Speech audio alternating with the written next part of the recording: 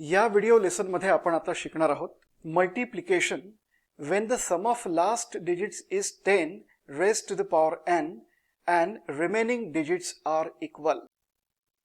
हे सुद्धा एक स्पेसिफिक मेथड ऑफ मल्टिप्लिकेशन आहे.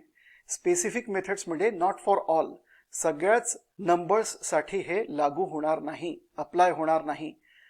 जे दोन नंबर्स मल्टिप्लिकँड आणि मल्टिप्लायर हे दोन नंबर्स या दोन कंडिशन्स फुलफिल करतील, म्हणजे या दोन कंडिशन्स सॅटिस्फाय करतील, तिथेच हे मल्टिप्लिकेशन लागू होणार, अप्लाय आपण करू शकणार. अतिशय इंटरेस्टिंग असं मल्टिप्लिकेशन आहे. स्पेसिफिक आहे, सगळ्या ठिकाणी वापरता येणार नाही, पण ज्या ज्या ठिकाणी वापरता येणार आहे त्या ठिकाणी आन्सर अगदी काही सेकंदांमध्ये निघणार आहे. तर पहिले आपण description वाचूया. This multiplication is based upon the sutra Anteyor Dashakepi. This is specific multiplication and is applied when two conditions are fulfilled in multiplicand and multiplier. दोन कंडिशन्स फुलफिल व्हायला पाहिजे, म्हणजे दिलेल्या दोन नंबर्सने या दोन कंडिशन्स सॅटिस्फाय करायला पाहिजे. पहिली कंडिशन कुठली आहे? Sum of the last digit or digits should be 10 to the power n. आणि दुसरी कंडिशन कुठली आहे की उरलेले जे remaining left sided digits should be equal. म्हणजे लक्षात घ्या, दिलेल्या दोन नंबर्सचं मल्टिप्लिकेशन या अंत्योर दशकेपी पद्धतीने तेव्हाच होऊ शकणार की जेव्हा ते दोन नंबर्स दोन कंडिशन्स सॅटिस्फाय करतील. पहिली कंडिशन कुठली आहे की दिलेल्या नंबर्स मधले शेवटचे म्हणजे राईट साइडेड जे डिजिट्स आहे त्या डिजिट्सची सम ही 10, 100, 1000, 10,000 इतकी असायला हवी. आणि दुसरी कंडिशन कुठली आहे? ते डिजिट्स सोडून की ज्यांची सम ही 10, 100, 1000 इतकी आहे, ते डिजिट सोडून दोनही नंबर्स मधले लेफ्ट साइडेड डिजिट्स जे आहेत ते सारखे असायला पाहिजे.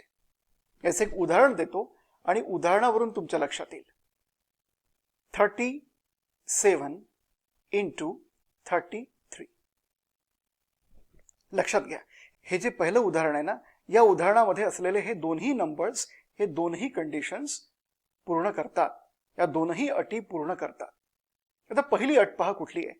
सम of the last digit or digits. लक्षात घ्या, हे डिजिट और डिजिट्स म्हणजे ते एक एक डिजिट सुद्धा असू शकतात किंवा दोन पेक्षा जास्तही असू शकतात. कारण संस्कृत ग्रामर प्रमाणे हे जे अंत्योर दशकेपी जे आहे, अंत्ययोः याचा अर्थ दोन असा होतो. अंत्ययोः हे दर्शवतं दोन, शेवटचे दोन. ठीक आहे, म्हणून शेवटचे दोन डिजिट किंवा दोन पेक्षा जास्त डिजिट्स ही कंडिशन फुलफिल करू शकतात किंवा फुलफिल केली तर हे अप्लाय होऊ शकतं, ही पद्धत अप्लाय होऊ शकते. आता पहा, मल्टिप्लिकँड आहे 37 आणि मल्टिप्लायर आहे 33. आता दोन्हीच्या युनिट्स प्लेसेस मध्ये 7 आणि 3 आहेत. 37च्या युनिट्स प्लेस मध्ये 7 आहे आणि 33च्या युनिट्स प्लेस मध्ये 3 आहे. म्हणजे या युनिट्स प्लेसेसची जर का आपण ऍडिशन केली, पहिली कंडिशन आहे 7 + 3 = 10. म्हणजे झाली पहिली कंडिशन पूर्ण. ही जी सम आहे, ही जी बेरीज आहे, ही 10ची पॉवर असली पाहिजे, 10चा घात असली पाहिजे, म्हणजे 10 to the power n, where n is any natural number. 10, 100, 1000 म्हणजे 10, 100, 1000. 10 म्हणजे काय? 10 raised to the power 1. 100 म्हणजे काय? 100 म्हणजे काय? 10 raised to the power 2. 1000 म्हणजे काय? 10 raised to the power 3. म्हणजे या फॉर्मॅटमध्ये या फॉर्ममध्ये यांची सम असली पाहिजे. 7 + 3 10 म्हणजे पहिली कंडिशन सॅटिस्फाय झाली. आता दुसरी कंडिशन सॅटिस्फाय होती आहे का? Left sided digits should be equal. हे दोन डिजिट्स सोडून उरलेले जे डावीकडले हे जे अंक आहेत, लेफ्ट साइडेड डिजिट्स आहेत, ते सारखे असले पाहिजे. म्हणजे 3 इन मल्टिप्लिकँड आणि 3 इन मल्टिप्लायर येस सारखे आहेत, सारखेच आहेत, इक्वल आहेत. याचा अर्थ असा की ही पद्धत, मल्टिप्लिकेशनची पद्धत आपण इथे वापरू शकतो. मग ती पद्धत कुठली आहे? लक्षात घ्या. आन्सर हे दोन भागांमध्ये लिहिलं जाईल, लेफ्ट पार्ट आणि राईट पार्ट. आता राईट पार्ट काय आहे, ज्या दोन डिजिट्सची सम ही 10 किंवा 10 to the power n आलेली आहे, म्हणजे 10, 100, 1000 इत्यादी, त्या दोन डिजिट्सचं मल्टिप्लिकेशन, प्रॉडक्ट. ज्या दोन डिजिट्सची सम ही 10 आलेली आहे त्या दोन डिजिट्सचं मल्टिप्लिकेशन, हा आहे राईट पार्ट. आणि लेफ्ट पार्ट काय असणार आहे, लेफ्ट पार्ट आहे जे डिजिट्स इक्वल आहेत त्यापैकी एक डिजिट घ्यायचा आणि त्याला मल्टिप्लाय करायचं त्या डिजिटच्या एकाधिक सोबत. येतंय लक्षात? जे डिजिट्स इक्वल आहेत त्या डिजिट्स पैकी एक डिजिट घ्यायचा आणि त्याला मल्टिप्लाय करायचं त्या डिजिटच्या एकाधिक सोबत. एकाधिक म्हणजे काय, एकाधिक म्हणजे एक ने जास्ती, एकाधिक म्हणजे वन मोर. एखाद्या संख्येचा ज्यावेळेला आपल्याला एकाधिक कॅल्क्युलेट करायचा असतो तेव्हा त्या संख्येमध्ये, त्या नंबरमध्ये आपण 1 ऍड करतो. बरोबर आहे? तर असा आहे सेटअप, हा आहे फॉर्म्युला. तर याला पुढे सॉल्व्ह करूया आपण. लेफ्ट पार्ट काय आहे, 3 into 3 + 1 4 स्लॅश जशीच्या तशी काढा, 7 3 21. पुढे सॉल्व्ह करा, 3 4 12 आणि 21. ठीक आहे. आता इथे सुद्धा बॅलन्स करण्याची आवश्यकता आहे. बॅलन्स कसं करायचं इथे, की सम मध्ये किती झिरोज आहेत हे पहिले काउंट करायचे. सम मध्ये किती झिरोज आहेत हे पहिले काउंट करायचे. किती झिरोज आहेत एकूण, एक झिरो आहे. तर या झिरोच्या ट्वाइस नंबर ऑफ डिजिट्स या राईट पार्ट मध्ये असले पाहिजे. Twice number of zeros in the sum. Twice number of zeros in the sum म्हणजे एक झिरो असेल तर दोन डिजिट्स राईट पार्ट मध्ये असायला हवे, दोन झिरोज असतील तर चार डिजिट्स राईट पार्ट मध्ये असायला हवे. या पद्धतीने याला आपण बॅलन्स करू शकतो. तर मग हे ऑलरेडी बॅलन्स्ड आहे कारण इथे दोन डिजिट्स आहेत. म्हणून आता स्लॅश काढून टाका आणि आन्सर लिहा. 12 स्लॅश काढून टाका आणि 21 म्हणजे 1221 हे उत्तर आहे.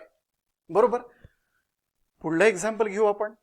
Second example, 316 into 314. 316 हा पहिला नंबर आहे आणि 314 हा दुसरा नंबर आहे. आता याला प्रॉपरली ऑब्झर्व करा. तुम्हाला दिसेल की युनिट्स प्लेस डिजिट्स जे आहेत दोन्ही नंबर्स मधले त्यांची सम ही 10 आहे. पहा, म्हणजे पहिली कंडिशन सॅटिस्फाय होते आहे. 6 + 4, 6 आहे मल्टिप्लिकँड मध्ये आणि 4 आहे मल्टिप्लायर मध्ये, यांची सम ही 10 आहे. बरोबर आहे? ओके. पहिली कंडिशन सॅटिस्फाय झाली. दुसरी कंडिशन, इथेही 31 आहे आणि इथेही 31 आहे. रिमेनिंग हायर प्लेस डिजिट्स सारखेच आहेत, म्हणजे 31 मल्टिप्लिकँड मध्ये आहे आणि 31 मल्टिप्लायर मध्ये आहे आणि हे सारखेच आहेत. 31 म्हणजे अंत्योर दशकेपी मल्टिप्लिकेशन आपण इथे वापरू शकतो. ही पद्धत आपण इथे वापरू शकतो. आता आन्सर लिहायचंय याच पद्धतीने. हा आहे लेफ्ट पार्ट, हा आहे राईट पार्ट. राईट पार्ट कसा असतो, ज्या डिजिट्सची सम ही 10 किंवा 10चा पॉवर आहे त्या डिजिट्सचं मल्टिप्लिकेशन म्हणजे 6 into 4. लेफ्ट पार्ट काय आहे, लेफ्ट पार्ट आहे जे डिजिट्स सारखे आहेत ते डिजिट्स म्हणजे तो नंबर मल्टिप्लाइड बाय त्या नंबरचा एकाधिक. ठीक आहे. लेफ्ट साइडेड जे डिजिट्स सारखे आहेत ते डिजिट्स म्हणजे या ठिकाणी तो नंबर आणि त्या नंबरचा एकाधिक. या ठिकाणी 31 आहे, इथेही 31, इथेही 31, म्हणून आपण इथे 31 लिहिला आणि त्या 31च्या एकाधिक सोबत म्हणजे वन मोर सोबत त्याला मल्टिप्लाय केला. म्हणजे कसं म्हणता येईल की जो नंबर, जे डिजिट्स लेफ्ट साइडेड डिजिट्स सारखे आहेत ते डिजिट्स लिहायचे. म्हणजे हा आता एक नंबर आहे 31, त्या नंबरमध्ये एक ऍड करायचा म्हणजे 1 ऍड करायचा आणि त्या दोघांचं मल्टिप्लिकेशन करायचं. ठीक आहे, पुढे मल्टिप्लाय करू आपण, पुढे कॅल्क्युलेट करू. 31 इंटू 31 प्लस 1 32, स्लॅश काढा. 6 4 जा 24 विच इज इक्वल टू. आता व्हर्टिकली अँड क्रॉसवाईज पद्धतीने याचं मल्टिप्लिकेशन करायचं रफ वर्कमध्ये. 2 1 जा 2, 3 2 जा 6, प्लस 3 1 जा 3, 6 प्लस 3 9 आणि 3 3 जा 9. 992 हे लेफ्ट पार्टचा आन्सर आहे आणि राईट पार्ट 24 आहे. आता बॅलन्स करायचंय. किती झिरोज आहेत एकूण? 1 झिरो आहे, म्हणजे 2 डिजिट्स राईट पार्ट मध्ये असायला हवे, जे ऑलरेडी आहेत. There is 1 zero in the sum, so we need twice number of the zeros. So we need digits equal to twice number of zeros in the right part which we already have, so it is balanced. हे already संतुलित आहे इथे 2 digits असल्यामुळे. त्यामुळे आता slash काढणार आहे आपण आणि उत्तर लिहिणार आहे. 992 लेफ्ट पार्ट आणि 24 राईट पार्ट. 99,224 हे आन्सर आहे. इतकं सोपं, पण याची रेंज ही खूप लहान आहे. डेफिनेटली फार रंजक आहे, इंटरेस्टिंग आहे, एंटरटेनिंग आहे. यातलंच थर्ड एक्झाम्पल पाहूया. तिसरं एक्झाम्पल 2264 मल्टिप्लाइड बाय 2236. आता मित्रांनो इथे लक्षात घ्या, 6 प्लस 4 10 आहेत, पण उरलेले जे 3 डिजिट्स आहेत डावीकडले ते सेम आहेत का? नाही. आणखीन थोडंसं मायन्यूट ऑब्झर्व करा. 6 4 आणि 36 म्हणजे 64 आणि 36 यांची सम काय आहे? 64 प्लस 36 किती सम आहे यांची? 100. बरोबर आहे. 64 आणि 36 यांची सम आहे 100. म्हणजे एक कंडिशन तर फुलफिल होते, कारण 100चा अर्थ काय होतो? 10 to the power 2, 10 raise to the power 2. आणि आपली कंडिशन आहे ही की शेवटच्या डिजिट्सची सम ही 10 raise to the power n, where n is any natural number इतकी असावी. तर इथे 100 आहे, म्हणजे ही कंडिशन फुलफिल होते. आता दुसरी कंडिशन फुलफिल होते आहे का? उर्वरित डिजिट्स कुठले आहेत? डावीकडले लेफ्ट साइडेड डिजिट्स कुठले आहेत? 2 2 इथे आहे, 2 2 इथे आहे, म्हणजे 2 2 मल्टिप्लिकँडमध्ये आणि 2 2 22 हे मल्टिप्लायरमध्ये, म्हणजे दोनही डिजिट्स सारखेच आहेत. म्हणजे दोन्ही कंडिशन्स इथे सॅटिस्फाय झालेले आहेत आणि आपण अंत्योर दशकेपी मल्टिप्लिकेशनची पद्धत इथे वापरू शकतो. बरोबर. चला तर मग स्लॅश काढू. हा आहे लेफ्ट पार्ट, हा आहे राईट पार्ट. राईट पार्ट मध्ये काय लिहिणार आपण? ज्या डिजिट्सची सम ही 100 आहे त्यांचं मल्टिप्लिकेशन 64 इंटू 36 यांचं मल्टिप्लिकेशन. आणि लेफ्ट पार्ट कसा आहे की जे डिजिट्स इक्वल आहेत ते लिहा इथे आणि त्याला मल्टिप्लाय करा त्याच डिजिट्सच्या एकाधिक सोबत, म्हणजे त्या नंबरच्या एकाधिक सोबत. एकाधिक म्हणजे त्याच डिजिट्समध्ये, म्हणजे त्याच नंबरमध्ये 1 ॲड करायचा, म्हणजे 22 प्लस 1 या दोघांचं मल्टिप्लिकेशन. पुढे सॉल्व्ह करूया आपण. 22 इंटू 23 आणि इथे आहे 64 इंटू 36. त्यापैकी लेफ्ट पार्टचं उत्तर तर आपण ओरली काढू शकतो, म्हणजे मेंटली काढू शकतो. 22 3 जा 66, राईट 6 कॅरी 6, 22 2 जा 44 प्लस 6 50. बरोबर आहे. 506 हे लेफ्ट पार्टचं उत्तर आहे. आता 64 इंटू 36 हे अंक जरा मोठे आहेत, त्यामुळे इथे आपण करून घेऊ रफ वर्क करून. वर्टिकली अँड क्रॉसवाईज मल्टिप्लिकेशन वापरणार आपण. चला, 6 4 जा 24, राईट 4 कॅरी 2. सिंगल लाईन मध्ये आपण ऊर्ध्व तिर्यक मल्टिप्लिकेशन म्हणजे वर्टिकली अँड क्रॉसवाईज मल्टिप्लिकेशन वापरतोय. 6 4 जा 24, राईट 4 कॅरी 2. 6 6 जा 36, 3 4 जा 12, 36 plus 10, 46 plus 2 48, 48 plus 2 50, right 0 carry 5. 6 3 जा 18, 18 प्लस 5 23. तर उत्तर आलेलं आहे 2304. 2304. तर आता उत्तर आपण प्रॉपरली लिहून घेऊ. 506 हे लेफ्ट पार्ट आहे, 2304 हा राईट पार्ट आहे. ओके. हां, आता लक्षात घ्या बॅलन्सिंग. सम किती होती आपली? सम आहे 100. किती झिरोज आहेत? 2 झिरोज आहेत. म्हणजे इथे 4 डिजिट्स असायला हवे. Twice the number of zeros in the sum, म्हणजे किती? 4 डिजिट्स इथे असायला हवे, जे ऑलरेडी आहेत. त्यामुळे आपण आता स्लॅश काढून टाकूया आणि हे उत्तर लिहूया. 506 हा लेफ्ट पार्ट, स्लॅश काढून टाका, 2304. म्हणजे मित्रांनो हे आन्सर आहे आपलं. आन्सर तुम्ही चेक करू शकता. काय होतं आपलं मल्टिप्लिकेशन? 2264 आणि 2236. 2264 इंटू 2236 इज इक्वल टू 5062304.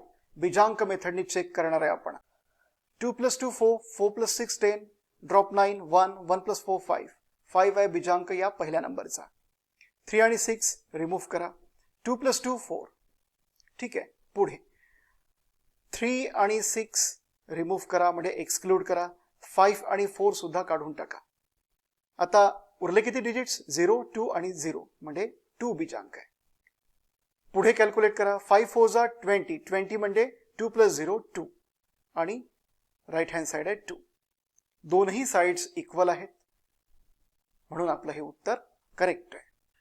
अशा पद्धतीने अंत्योर दशकेपी मल्टिप्लिकेशन आपण करू शकतो. आणि असं काही नाही की 10 किंवा 100 असायला हवे, असं काही नाही आहे. जर डिजिट्सची सम 10 असेल तरीही करता येईल, 100 असेल तरीही करता येईल, 1000 असेल तरीही करता येईल, 10,000 असेल तरीही करता येईल, अँड सो ऑन. पण दुसरी कंडिशन सुद्धा सॅटिस्फाय व्हायला हवी. ठीक आहे ना? म्हणजे उरलेले जे लेफ्ट साइडेड डिजिट्स आहेत ते इक्वल असायला हवे.